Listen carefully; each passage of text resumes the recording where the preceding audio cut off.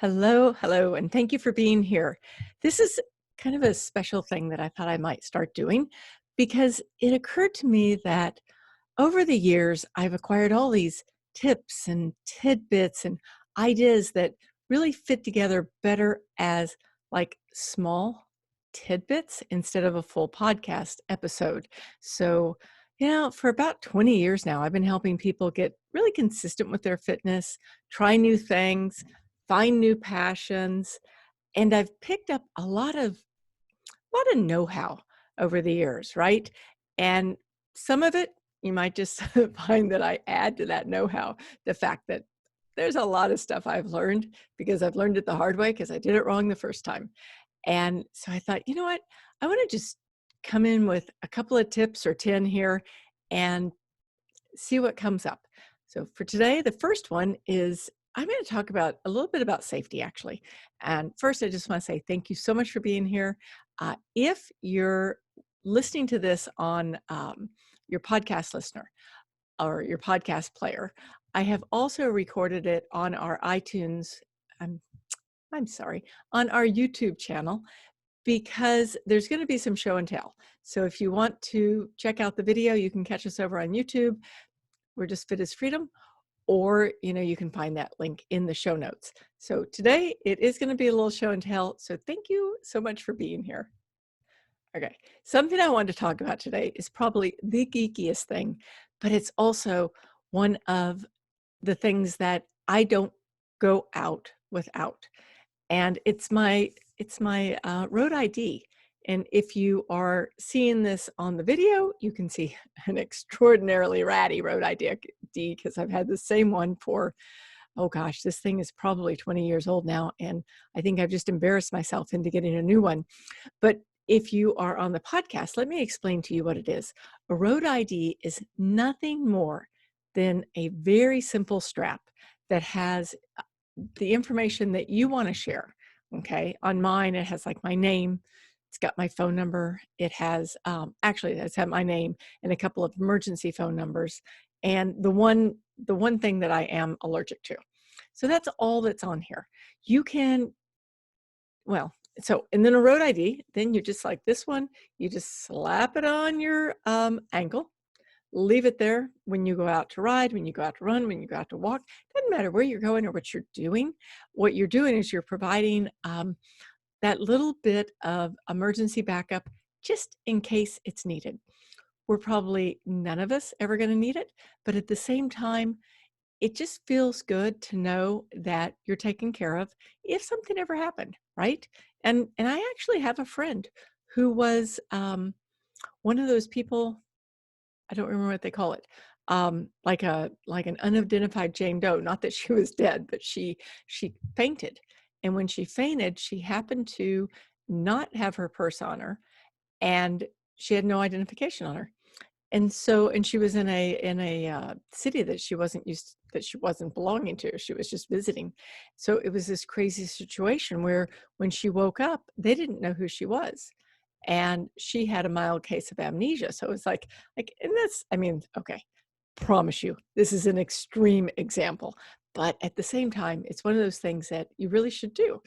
For me, I'm allergic to one small little random drug out there in the world, and it makes me very, very, very ill. So it's good for me to be able to have that on a road ID because no one would know that.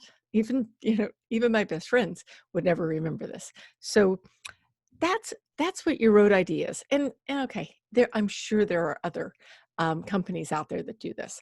I happen to just have been using road ID for years.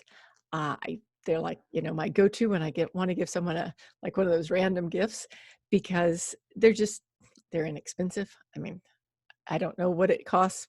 Call it $20. You can get them where they're a lot more, they're a lot fancier, where they actually have a chip that has all your identification and all your medical information on it and everything else. I mean, you can get them as extreme or as simple as you want, but whatever you do, it's probably one of those things that are really good to have in life. If you don't, there's one other piece I'd like to share with you. And I'll talk about this a little bit more when we talk about like bikes and backpacks and things like that. But I do keep, in addition to my road ID, I keep a copy of my driver's license, of my insurance card, and some cash in a little Ziploc bag. And I've made several of them. Okay, now you're going to find out that I'm really geeky. I have several. I have several bikes and I have different backpacks. So for each of my bike packs and each of my backpacks, I have this little package that I've made up, a little bit of cash, copy of my insurance, copy of my driver's license. It just stays in there all the time. And then I just know I'm covered, right? It's just one of those little teeny weeny things that we normally don't think about until we need to think about it.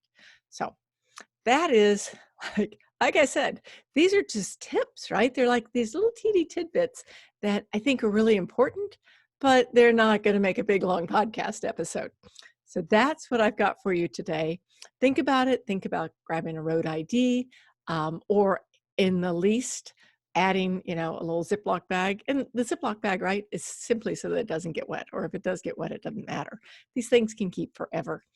And then just like hang on to it, because that way you know that when you're out walking in the morning or you're hiking somewhere or whatever it is, I always know that if something happened, if I tripped and banged my head on a tree, like someone would know exactly who I am and who to call, in case of emergency call. So that's it. That is all I have for you today. Thank you so much for being here. And I really actually would be interested to know, after a couple of these, what you think. And you can tell me on a review, because I tell you this, those reviews, I read every review. They make me happy and I'm always appreciative of them. And then you can also, don't forget, you can find the visual tips if you need them, over at Fit is Freedom on our podcast notes, or in the YouTube, on the YouTube channel. And then the other thing is, if you missed the Sugar Freedom challenge that we did early in February, if you're listening to this when we go live, if you missed it this last time, couple of things. I'm doing another one, and and just by popular demand, some people have said, can we make it shorter? So we've got a couple of them going. One of them's a short one and one of them's a long one, because I realize that it's a big deal for some of those people who actually went through the 30 days. A couple of them went, you know what? I was kind of hoping for 2 weeks instead. So that is coming up. And you can go ahead and find the link for that on our website. And the website is fitisfreedom.com/sugar reset, RESET. That's fitisfreedom.com/sugar reset. And then you can just put your name on the list and we'll send you all the details when the event starts. So once again, thank you so much for being here. If you get a chance, let me know what you think. And otherwise, go get a road ID. All right. I want everyone out there having fun and not worrying about anything. Okay. Have a wonderful day and a great weekend. See you soon.